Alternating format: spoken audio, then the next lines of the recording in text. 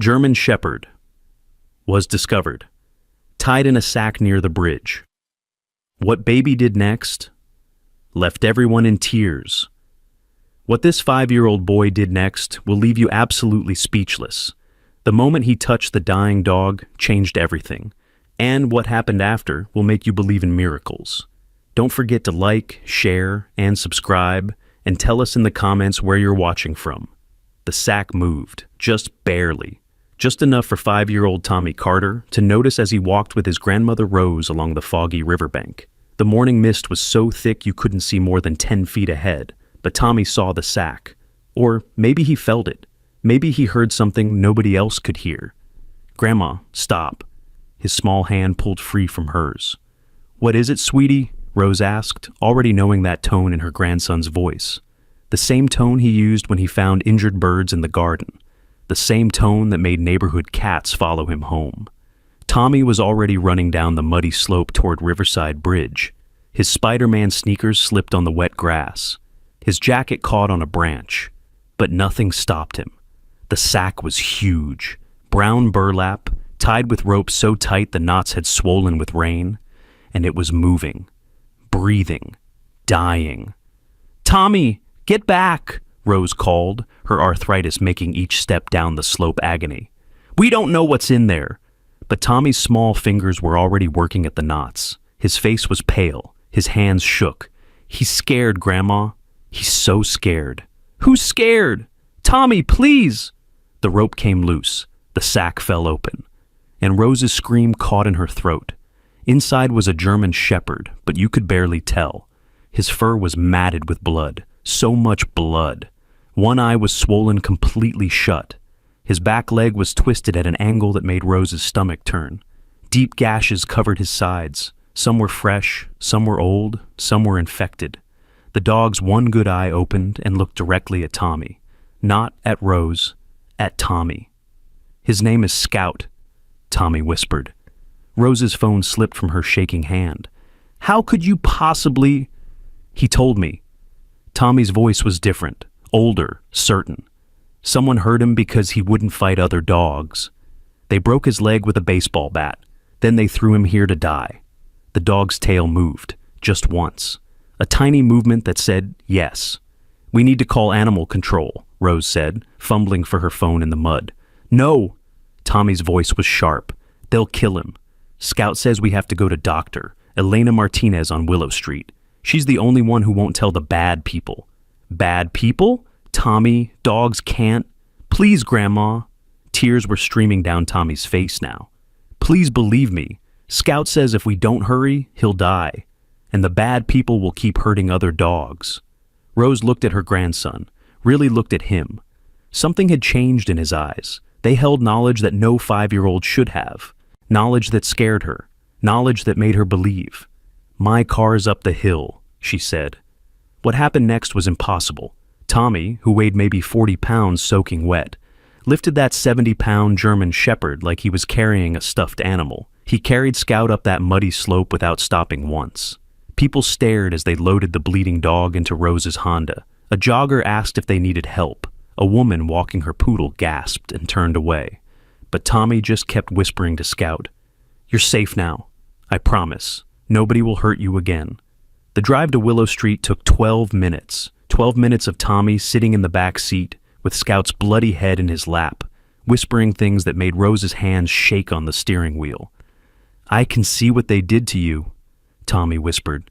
"The cage in the basement. The needle that made you angry. The other dog, your brother, who died trying to protect you." Rose watched them in the rearview mirror. Scout's good eye never left Tommy's face, and Tommy's hand never left Scout's head. Dr. Elena Martinez's clinic was closed. The sign said they didn't open until 9. It was barely 7 in the morning. "Tommy, we should go to the emergency."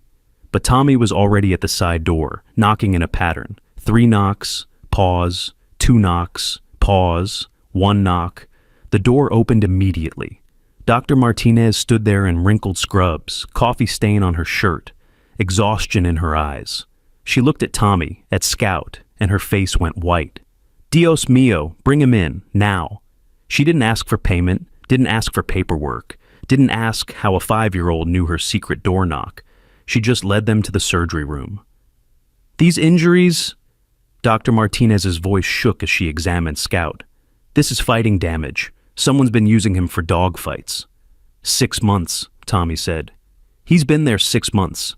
They took him from his real family. He was a police dog." Dr. Martinez froze. "How do you know that?" "Scout's showing me." Tommy's eyes were unfocused, like he was watching something nobody else could see. The man who took him has white hair, expensive suits, cold eyes. Scout doesn't know his name, but the others call him Mr. Stone. "Alexander Stone?" Dr. Martinez whispered. Tommy nodded. "You know him?" "Everyone knows him. He owns half the city, but nobody can prove." She stopped herself. "This dog needs surgery immediately. Internal bleeding. That leg needs pins. We're talking thousands of dollars." "We'll pay," Rose said, surprising herself. "There's something else?" Dr. Martinez felt along Scout's neck. "There's something here, under the skin. It's not a normal microchip." She used a scanner. It beeped strangely. "This is military grade, a tracking device. They're tracking him right now." Tommy's face went very still. "Cut it out. Destroy it. Now." "I can't just—" "Now!" Tommy's voice echoed in the small room.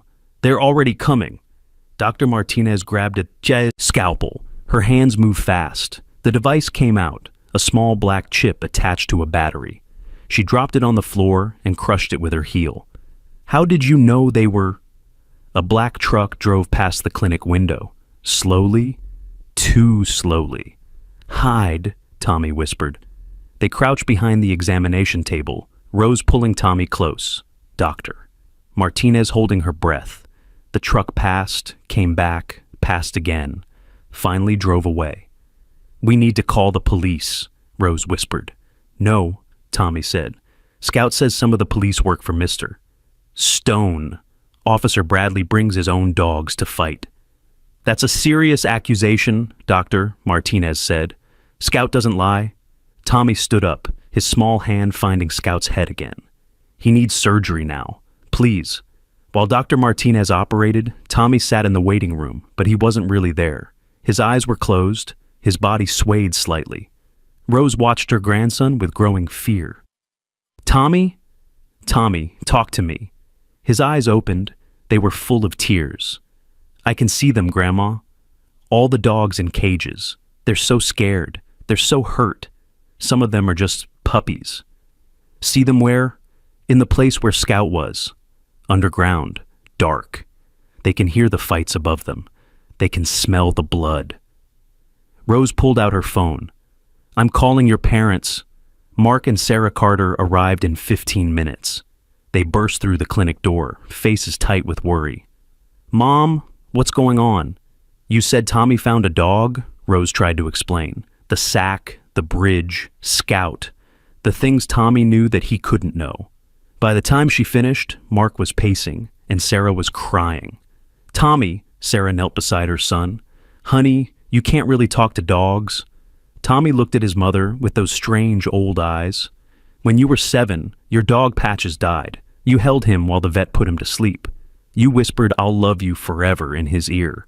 You never told anyone that, but Scout knows. All dogs know. They remember everything." Sarah's face went white. She'd never told anyone those words. Never. "How?" The clinic door chimed.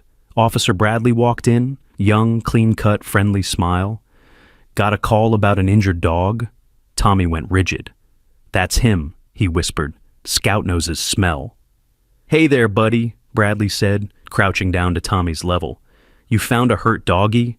"You killed Tank," Tommy said flatly. Bradley's smile froze. "What?" "Your pit bull, Tank. You brought him to fight last week. He lost. You threw his body in the dumpster behind the warehouse." The officer stood slowly. His hand moved to his radio. "I think we need to leave." Mark stepped between Bradley and his son. "Now." "Sir, I'm conducting an investigation." "No, you're not." Dr. Martinez emerged from surgery, blood on her scrubs. "This is my clinic. Get out." Bradley's face darkened. "You're making a mistake." He left. But they all saw him make a phone call as soon as he got to his car. "We're not safe," Tommy said. "None of us are safe now." Dr. Martinez locked the door. The surgery went well. Scout's stable, but Tommy's right. If Bradley's involved with Stone, we're all in danger. "This is insane," Mark said. "Our son can't actually communicate with—" Scout's bark cut him off. Weak, pained, but urgent. They ran to the surgery room. The German Shepherd was trying to stand despite the anesthesia, despite the pins in his leg, despite everything. He was looking at the window. 3 black SUVs were pulling into the parking lot. "Back door, doctor," Martinez said. "Now." They ran. Mark carried Tommy. Rose leaned on Sarah. Dr. Martinez somehow lifted Scout despite his 70 pounds. They made it to their cars just as the clinic's front door was kicked in. "My house, doctor," Martinez said. "Follow me." They drove through suburban streets, taking random turns, doubling back. Tommy sat with Scout's head in his lap, both of them with their eyes closed. "They're not following," Tommy said. "But they will be. Scout left something at the clinic, something important." "What?" "Evidence hidden behind the medicine cabinet from when he escaped the first time." Dr. Martinez's house was small, hidden behind overgrown trees. They carried Scout inside, laid him on blankets in the living room. "I'm calling the real police," Mark said. "Wait." Tommy was standing at the window. "Someone's coming. Someone good." A unmarked car pulled up. A woman got out. Gray hair, sharp eyes, no uniform. "Detective Maria Rodriguez, doctor," Martinez breathed. "She's been investigating the dog-fighting rings." The detective knocked. They let her in. "Dr. Martinez called me," she said. "Told me about the boy who knows things, about Scout, about Stone." She looked at Tommy. "Is it true? Can you really communicate with him?" Tommy nodded. "Scout was your partner's dog." "Agent Mitchell. Stone's people killed Mitchell when he got too close." Rodriguez's face went pale. "Nobody knows that. Mitchell's death was ruled an accident. Scout was there. He saw everything." The detective sat down heavily. "Tell me everything he knows." For the next hour, Tommy talked. He told her about the warehouse on Dock Street, about the basement cages, about the fights every Friday night, about the rich people who came to bet, about the cops who were paid to look away. Rodriguez took notes, made calls, gathered a team, but then Tommy said something that changed everything. "Tonight's special. Stone's bringing in buyers from overseas. They want to buy the champions, the dogs who win the most fights." "How many dogs are there?" 15 in the main facility, but Stone has more locations. Scout doesn't know where. Rodriguez stood. "We're raiding it tonight." "No," Tommy said. "Stone will move them. He always has a backup plan. Scout says the only way is to catch him during a fight, when all his buyers are there, when he can't run. That's 2 days away. Scout will be walking by then. I'll go with him." "Absolutely not," Sarah said. "You're 5 years old. And I'm the only one who can hear them screaming," Tommy shot back. "Mom, what if it was me in those cages? Wouldn't you want someone to save me?" The room went quiet. That night, they stayed at Dr. Martinez's house. Tommy slept on the floor next to Scout, his small hand never leaving the dog's fur. Mark and Sarah took turns keeping watch. At 3 in the morning, Sarah found Tommy sitting up, tears streaming down his face. "What's wrong, baby?" "One of them died. A beagle named Rosie. She was too small to fight, so He couldn't finish. Sarah held her son while he sobbed. "We'll stop them. I promise." Scout says promises don't mean anything unless you keep them. The next morning, Tommy was different, focused, determined. He sat with Scout and drew pictures, maps of the warehouse, faces of the men who worked there, license plates of vehicles. Detective Rodriguez studied the drawings. "These are incredibly detailed." Scout has a good memory. Police dogs are trained to remember everything. "Tommy," Rodriguez said carefully, "what else can Scout do? What else can you do?" Tommy was quiet for a moment. Then he stood and walked to the window. He made a sound, not quite a whistle, not quite a call. Within minutes, dogs appeared, strays from the neighborhood, pets from nearby houses. They sat in Dr. Martinez's yard, all facing the window, all waiting. "I can talk to all of them," Tommy said simply, "and they want to help." Rodriguez's phone rang. She answered, her face growing grim. Stone knows we're on to him. He's moving the operation tonight. Not Friday, tonight. Then we go now? Tommy said. It's too dangerous. Scout knows another way in. A drainage tunnel that leads to the basement. The dogs use it to remove the bodies. Everyone in the room went silent. The bodies? Mark asked weakly. The dogs who lose, Tommy said. They drag them out through the tunnel so Stone's men don't have to touch them. Sarah was crying again. Mark's fists were clenched. Rose was praying quietly. I'll take a team, Rodriguez said. We'll use the tunnel. Scout has to come. He's the only one who knows the way. He can barely walk. Scout stood up, shaking, limping, but standing. He barked once. He says he's ready, Tommy translated. They prepared quickly. Rodriguez called in officers she trusted, real ones, not Stone's puppets.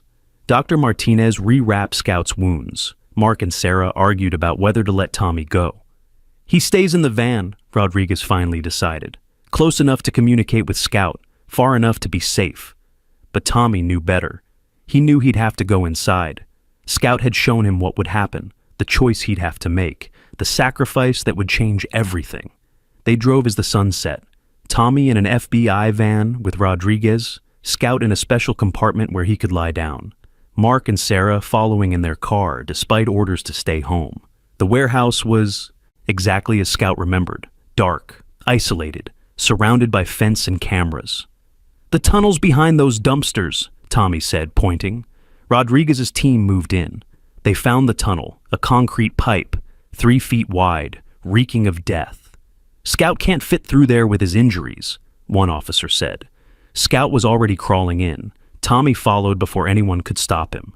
Tommy, Rodriguez hissed. But he was gone. The tunnel was dark, wet. The smell made Tommy gag.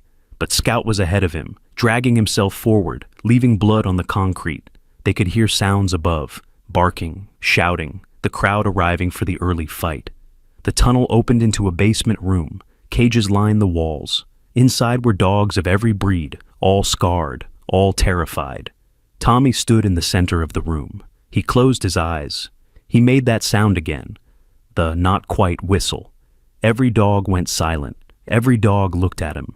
I'm here to help, he whispered. Scout brought me. We're getting you out. A pit bull with half an ear gone whined softly. Yes, Tommy said.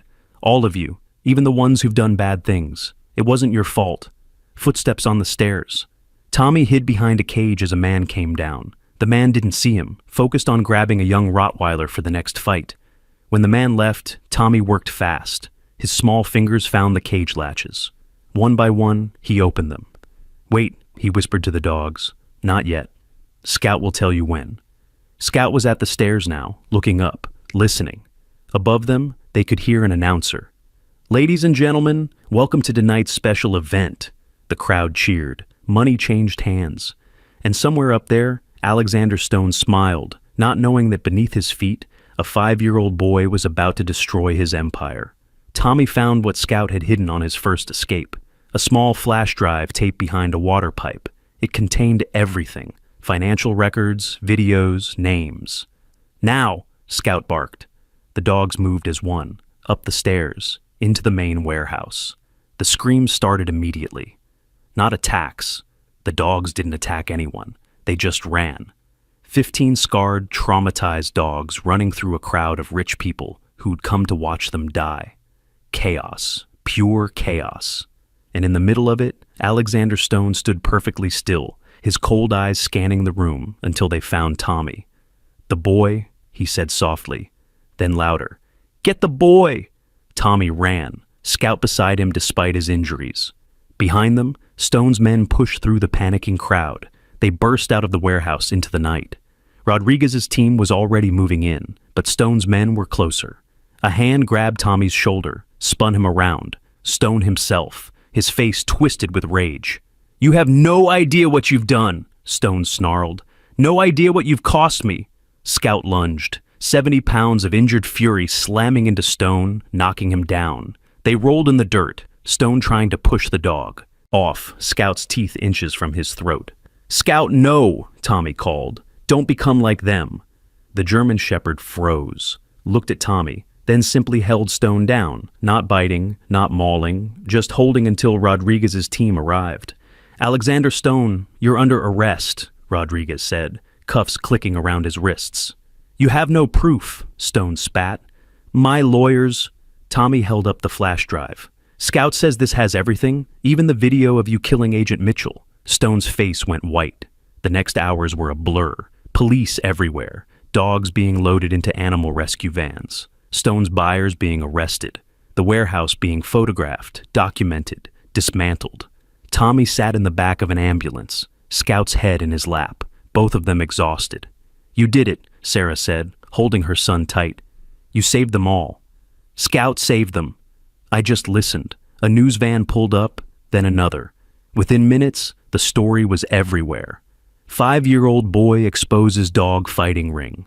Child who talks to dogs saves 15 animals. The miracle of Meadowbrook. But Tommy wasn't watching the news. He was watching Scout's eyes. The German Shepherd was fading. The effort, the injuries, the fight with Stone, it had been too much. "No," Tommy whispered. "You can't leave. You promised we'd be friends forever." Scout's tail wagged weakly. His good eye looked at Tommy with perfect love, perfect trust. Dr. Martinez rushed over with her medical kit. "We need to get him to surgery. Now." They raced to her clinic. Tommy refused to leave Scout's side, even in the operating room. "Please," he whispered to Scout as doctor. Martinez worked. "Please don't go. The other dogs need you. I need you. For 6 hours, doctor." Martinez fought to save Scout's life. 6 hours of Tommy sitting perfectly still, his hand on Scout's paw, whispering constantly. "Remember your brother? He's waiting for you, but not yet. Remember your first family? They loved you so much. Remember the little girl who shared her sandwich? She never forgot you." "Finally, doctor." Martinez stepped back. "He's stable. Barely. The next 24 hours will tell." They stayed at the clinic. Tommy never left Scout's side. The rescued dogs were brought to various vets, but somehow they all knew where Scout was. People reported dogs sitting outside the clinic, waiting, watching. On the second day, Scout opened his eyes. His tail wagged. Tommy cried so hard he couldn't speak. "I heard you," Scout seemed to say. "I heard you calling me back." The story exploded across the country. Tommy and Scout became symbols of hope, of justice, of the bond between humans and animals. But Tommy knew it wasn't over. "There are more," he told Detective Rodriguez. "Scout says Stone was just one piece. There's a whole network, other cities, other warehouses. We'll find them all," Rodriguez promised. "Scout and I will help," Tommy said. "All the dogs will help." As they drove home finally, their own home, Tommy noticed something. Every dog they passed stopped and watched. Every single one. "They know," he said. "They all know what we did." "What do they know?" Mark asked. "That someone finally listened. That someone finally cared enough to hear them." That night, Tommy slept in his own bed for the first time in a week. Scout lay beside him, still bandaged but healing. "I love you, Scout," Tommy whispered. Scout's tail thumped against the bed. "He loves you too," Tommy translated, though everyone already knew. But as Tommy drifted off to sleep, Scout's eyes stayed open, watching the window. Because he could smell something Tommy couldn't yet sense.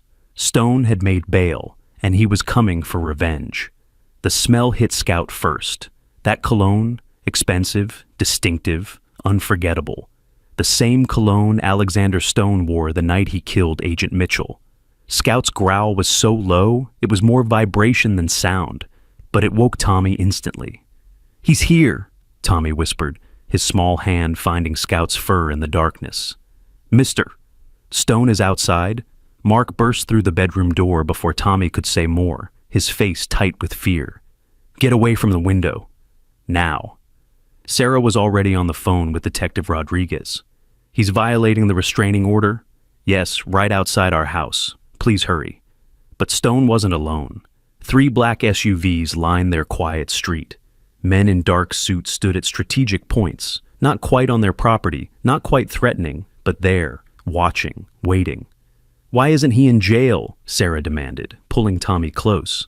"Bail!" Mark spat the word like it tasted bitter. "His lawyers got him out in less than 48 hours. Tommy's eyes were unfocused, that look that meant he was seeing through Scout's memories.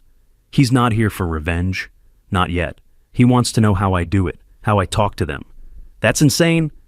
A knock at the door cut Mark off. Not a police knock. Soft, polite, civilized.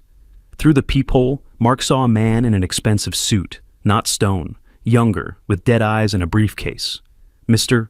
Carter, I'm James Whitman, Mr. Stone's attorney. I have a proposition. Get off my property. $1 million. The lawyer's voice carried through the door. Mr. Stone will pay $1 million for 1 hour with your son. Just to talk. Supervised. Completely safe. Go to hell. $2 million. Mark's hand was on the doorknob, ready to yank it open and physically throw the man off his porch when Tommy spoke.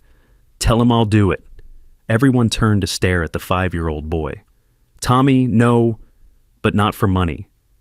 Tommy's voice was steady. Tell Mr. Stone. I'll meet with him if he releases all the dogs, every single one from all his facilities. The lawyer was quiet for a moment. I'll relay your terms. He left. The SUVs remained. We're not actually considering this, Sarah said. But Tommy was already at the window, looking out at Stone's vehicles. Scout says Stone has more dogs, 3 other locations. Chicago, Detroit, Philadelphia, hundreds of dogs. That's not our problem. Yes, it is. Tommy turned to his parents with tears in his eyes. I can hear them, Mom. Right now, they're calling for help. How can I sleep knowing they're suffering? Detective Rodriguez arrived within minutes, her unmarked car screeching to a stop. Stone's lawyers are claiming he's not technically on your property. My hands are tied unless he makes a direct threat. He wants to meet with Tommy, Mark explained the offer. Rodriguez's face darkened. Absolutely not. Stone's dangerous. He's killed before. Scout says he won't hurt me, Tommy said. Not until he understands how I communicate with dogs. He thinks he can use me somehow. Maybe to train better fighters. That's even worse. But Tommy was looking at Scout, some silent communication passing between them. There's something else. Scout hid more than just the flash drive. He hid documents, proof of the other locations, but only he knows where. Where? Rodriguez demanded. In Stone's own house. During a party when Scout was brought there to show to buyers, he hid them in Stone's private study. That's perfect. We can get a warrant. No judge will give you a warrant based on what a dog supposedly told a child, Tommy said with wisdom beyond his years. But if I meet with Stone, if Scout comes with me, we can get the proof. The room erupted in arguments. Sarah was crying, Mark was shouting, Rodriguez was making calls, but Tommy just sat quietly with Scout, planning. The next morning, Stone's lawyer returned. Mr. Stone agrees to release 50 dogs if the meeting happens. All of them, Tommy said firmly. That's not... Scout stood up, still limping, but imposing. Every dog in the neighborhood began barking, not aggressively, just present, watching from yards, from windows, from the street. The lawyer looked around nervously. I'll check with Mr. Stone. 2 hours later, he was back. Mr. Stone agrees. All dogs will be released to proper shelters. The meeting will be at Mr. Stone's estate tomorrow. Noon. I'm going with him, Mark said. And me, Sarah added. And a full police escort, Rodriguez insisted. The lawyer smiled coldly. Of course. Mr. Stone has nothing to hide. That night, Tommy couldn't sleep. Not because he was scared, but because the voices were getting louder. Every dog within miles was trying to tell him something, warn him, thank him, beg him. It's too much, he whispered to Scout. I can hear them all. Scout pressed closer, and somehow the voices quieted. Not gone, just manageable. You're teaching me to control it, Tommy realized. Just like you control your anger from all those fights. Scout's tail wagged once. The next morning came too fast. Tommy dressed in his best clothes. Stone seemed like the kind of man who noticed such things. Scout's bandages were fresh, his wounds cleaned, but he still looked like what he was, a survivor of unimaginable cruelty. The drive to Stone's estate took an hour, through suburban streets to rural roads to a private drive that seemed to go on forever. The house at the end was massive, cold, perfect, like Stone himself. Stone was waiting on the front steps. Up close, in daylight, he looked older. tired, but his eyes were still winter ice. "Tommy Carter," he said, "the boy who talks to dogs. Do you know what you've cost me? Do you know what you've cost them?" Tommy shot back. Stone actually smiled. "Brave little thing, aren't you? Come, let's talk in my study." The study was all dark wood and leather, expensive, intimidating. Stone sat behind a massive desk. Tommy sat across from him, Scout at his side. Mark, Sarah, and Rodriguez stood by the door. "Show me," Stone said simply. "Show me how you do it." Tommy looked at Scout. The German Shepherd walked to a specific bookshelf, put his paw on a particular book. "Behind there," Tommy said. "That's where Scout hid the documents." Stone's face didn't change, but something flickered in his eyes. "Impossible. That dog was never in this room." "June 15th, Tommy said. "You had a party. Buyers from Russia. You brought Scout here to show his scars. Proof he was a champion. You got drunk, left the door open. Scout came in here and hid the papers he'd carried from the warehouse." Stone stood slowly, walked to the bookshelf, pulled out the book. Behind it was a manila envelope. Inside were shipping manifests, transport documents, addresses of facilities in 12 states. "My own dog," Stone said softly. "Betrayed by my own dog." "He was never yours," Tommy said. "He was Agent Mitchell's partner. You murdered Mitchell and stole Scout." "Prove it." Tommy closed his eyes. When he opened them, they were different, older, haunted. October 3rd, 10:43 p.m., the warehouse on Dock Street. Mitchell was alone. You hit him with a tire iron. Scout saw everything. He remembers everything. Stone went very still. How specific are these memories? Every detail, every word, every sound. Tommy's voice was Scout's voice now. "Mitchell begged you to spare the dogs. You laughed. You said they were just property. A dog's testimony won't hold up in court." "No," Rodriguez said, stepping forward. "But it gave us enough to check traffic cameras. Security footage. We have you on video entering the warehouse that night." Stone's composure finally cracked. "You set me up." "You set yourself up," Tommy said, "the moment you decided animals don't matter."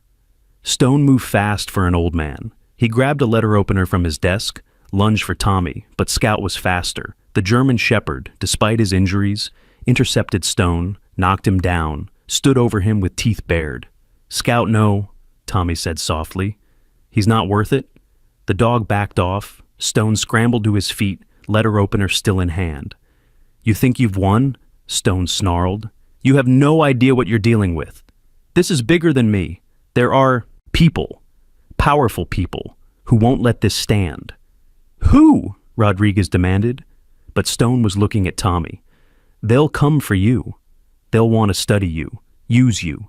You're not a hero boy. You're a specimen." Before anyone could respond, Stone did something unexpected. He put the letter opener to his own throat. "No!" Sarah screamed. But he didn't cut. He just pressed hard enough to draw a single drop of blood. "This is what you've driven me to," he said, "ruined by a child and a mongrel." "You ruined yourself," Tommy said quietly. "Every choice you made, every dog you hurt, every life you destroyed, that was all you." Stone laughed, bitter, broken. "The senator won't let this stand. Neither will the chief of police, or the mayor's brother. They all have money in this." Rodriguez was recording everything on her phone. "Keep talking, Stone." But Stone was done talking. He dropped the letter opener, walked to his desk, pulled out a thick folder. "Here. Everything. Every name, every transaction, every official I've paid off." He threw it at Tommy's feet. "You want to be a hero? See how far it gets you?" Within hours, Stone's estate was swarming with federal agents. The documents led to arrests across 4 states, a senator, 3 judges, dozens of police officers. The network was vast, deeper than anyone imagined. Tommy sat in the back of Detective Rodriguez's car, exhausted. Scout's head was in his lap, both of them drained. "It's not over," Tommy said. "Stone was right. Others will come." "Let them," Rodriguez said. "We'll be ready." But Tommy was shaking his head. "Not that kind of coming. Scout can feel it. Other people like me, people who can hear animals, they're waking up." "What do you mean, waking up?" Tommy's eyes were distant again. all over the world, kids mostly, but some adults too. They're starting to hear what I hear, feel what I feel.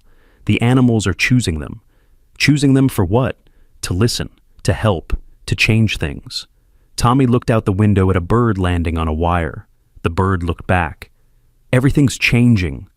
The drive home was quiet, but as they turned onto their street, Tommy sat up straight. Something's wrong. Their house was surrounded by vans, not police vans, news vans, dozens of them. How did they find us? Sarah gasped. Stone, Rodriguez growled. He must have leaked it. Reporters swarmed their car. Cameras flashed. Microphones pressed against windows. Tommy, is it true you can talk to animals? How does it work? Can you teach others? What do the dogs tell you? Mark tried to shield his son, but Tommy stepped forward. The crowd went silent. Yes, he said simply. I can hear them, all of them. And they're tired of being ignored. A reporter pushed forward. Can you prove it? Tommy looked around, pointed to a woman with a small terrier. Your dog has a tooth that's been hurting for 3 weeks, upper left. He's been hiding it because he's scared of the vet. The woman's mouth fell open. How did you... He has been eating funny. Tommy pointed to a man with a golden retriever. Your dog knows you're sick. Cancer. You haven't told anyone yet, but she can smell it. She's been trying to tell you by pawing at your chest. The man went white. I have an appointment next week, just a checkup. The crowd exploded with questions, but Tommy was done. He walked through them like they weren't there, Scout clearing a path. Inside the house, the phone was ringing nonstop. Mark unplugged it. This is our life now, Sarah said, peeking through the curtains at the circus outside. No, Tommy said. This is the beginning. That night, Tommy had the dream. Not a normal dream, a shared dream. He stood in a vast field. Around him were children, hundreds of them, from every country, every background, and with each child was an animal, dogs, cats, horses, birds, even a few exotic creatures. You started it, a girl with a parrot said. She spoke Spanish, but Tommy understood perfectly. The awakening, a boy with a wolf added in Russian. They're listening to us now, said another with an elephant. Where was she that she had an elephant? Who's they? Tommy asked. The adults. The ones in charge. They can't ignore us anymore. Tommy woke to Scout licking his face. Outside, the reporters were still there. But now there were others, official cars, government plates. They want to study you, Mark said at breakfast. Scientists, researchers. The FBI has a whole division that wants to understand your ability. Let them, Tommy said, but only if they help the animals too. A knock at the door. Rodriguez entered with a woman in a suit. This is Director Patricia Wells, FBI. She oversees special cases. Tommy looked at Scout. Scout growled. You're the one who betrayed Scout's partner, Tommy said flatly. You told Stone where Mitchell would be. Wells's face didn't change. That's a serious accusation. Scout remembers your perfume. You wore it the night you met with Stone, the night before Mitchell died. Rodriguez's hand went to her weapon. Director Wells, I think you should... Wells pulled out her own gun, pointed it at Tommy. Nobody moves. You're surrounded by FBI agents, Rodriguez said carefully. My agents, loyal to me. Wells kept the gun on Tommy. You're coming with me, boy. You're too dangerous to leave free. Scout tensed to spring, but Tommy put a hand on his head. Wait, smart boy, call off the dog. I wasn't talking to Scout. The windows exploded inward, not from bullets, from birds, hundreds of them, crows, pigeons, sparrows, even a few hawks. They swarmed Wells, wings beating, talons scratching. She fired once, wildly, hitting nothing. Then the gun was knocked from her hand by a particularly aggressive crow. Dogs burst through the door, not just neighborhood pets, police dogs. Including 3 from the FBI vehicles outside, they surrounded Wells, growling. What is this? She gasped, bleeding from dozens of small scratches. Justice, Tommy said simply. The animals know what you've done. Every person you've betrayed, every corrupt deal you've made, they've always known. They were just waiting for someone to listen. The real FBI agents, the clean ones Rodriguez had called, arrested Wells. As they led her away, she turned back to Tommy. You don't know what you've started.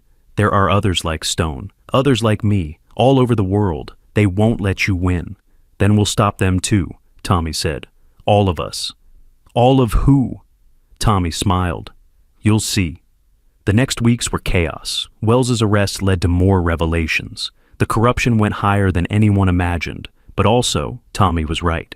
Other children were coming forward, children who could communicate with animals. A girl in Japan who could understand dolphins.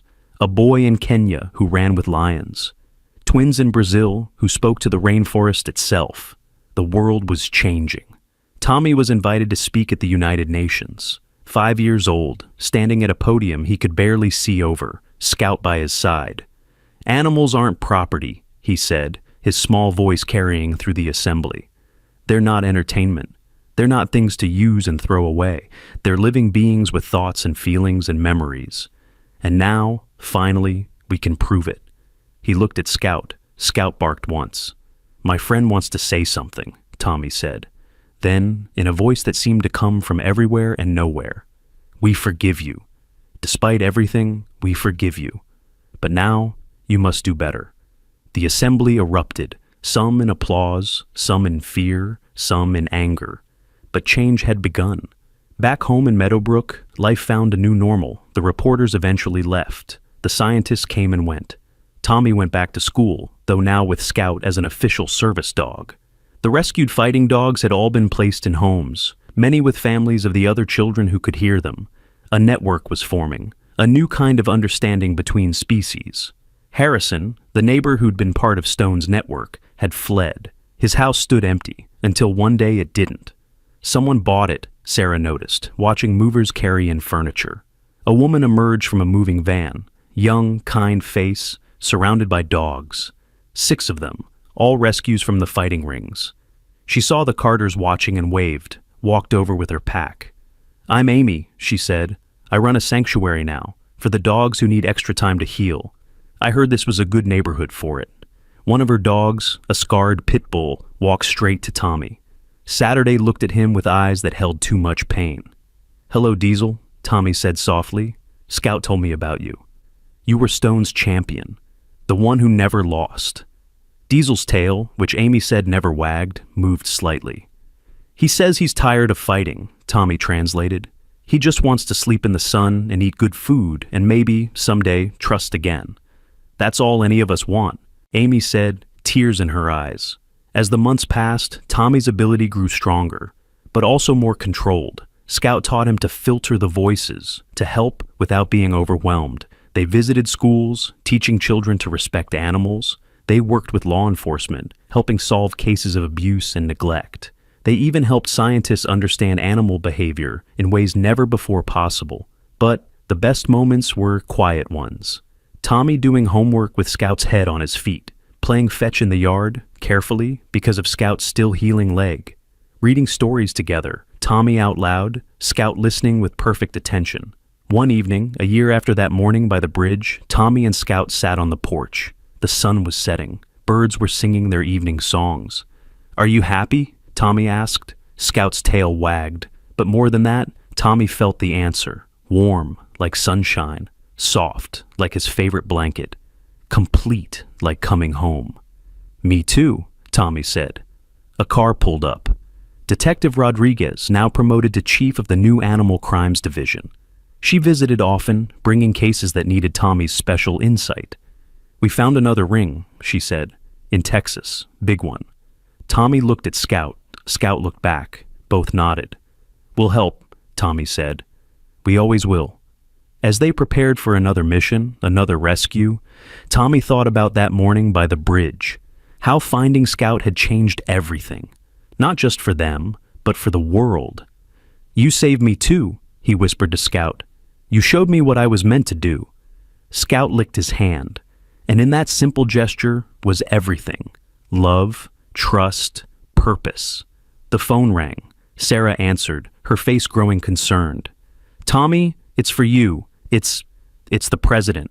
Tommy took the phone, not nervous at all.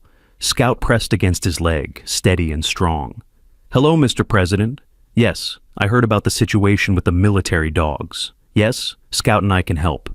When do you need us? as Tommy talked to the most powerful man in the world about dogs suffering from PTSD, about how to help them heal, about how to prevent such trauma in the future, Scout watched with pride. His boy, because Tommy was his as much as he was Tommy's, was changing the world. One animal at a time, one heart at a time. The call ended. Tommy looked down at Scout. "Ready for another adventure?" Scout barked. Once, clear, certain. They walked inside together. Tomorrow would bring new challenges, new rescues, new victories. But tonight, they were just a boy and his dog, a dog and his boy. Best friends who'd found each other in the darkest moment and turned it into light. "Hey, Scout," Tommy said as they climbed the stairs to bed. Scout looked back. "I love you." Scout's tail wagged so hard his whole body shook, and though he couldn't speak human words, his message was clear. "I love you too. Forever."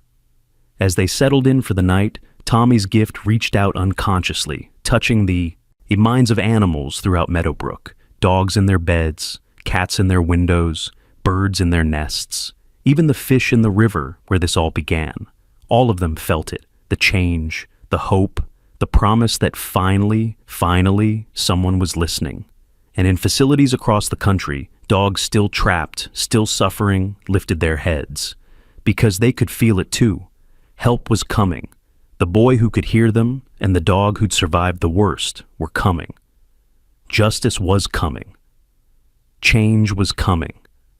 Hope had already arrived. The story of Tommy and Scout spread across the world, not as a fairy tale, but as proof. Proof that compassion could defeat cruelty, that innocence could overcome evil, that the bond between human and animal was stronger than any chain, any cage, any system of abuse. Children everywhere began paying attention to the animals around them, really listening, really seeing, and some of them, more and more each day, began to hear what Tommy heard. The network grew, the movement spread, laws changed, hearts changed, the world changed, all because a 5-year-old boy heard crying from under a bridge and refused to walk away. All because a German shepherd, broken in body but not in spirit, held on long enough to be found. All because love, real love, transcends species, transcends language, transcends everything that tries to divide us. In the end, that's what Tommy and Scout taught the world. We're all connected. We all matter. We all deserve to be heard. And sometimes the smallest voice, a child's whisper, a dog's whine, can become a roar that changes everything. The rescue was just the beginning.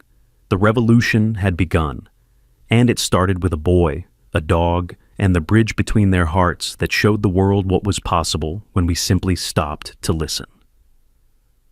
If this story touched your heart, if you believe in the power of compassion, if you think every animal deserves to be heard and helped, please like, share, and subscribe. Tell us in the comments where you're watching from, and if you've ever experienced a special connection with an animal. Together, we can spread awareness and make a difference. Remember, sometimes the smallest acts of kindness create the biggest changes. Subscribe now to hear more incredible true stories that will restore your faith in humanity.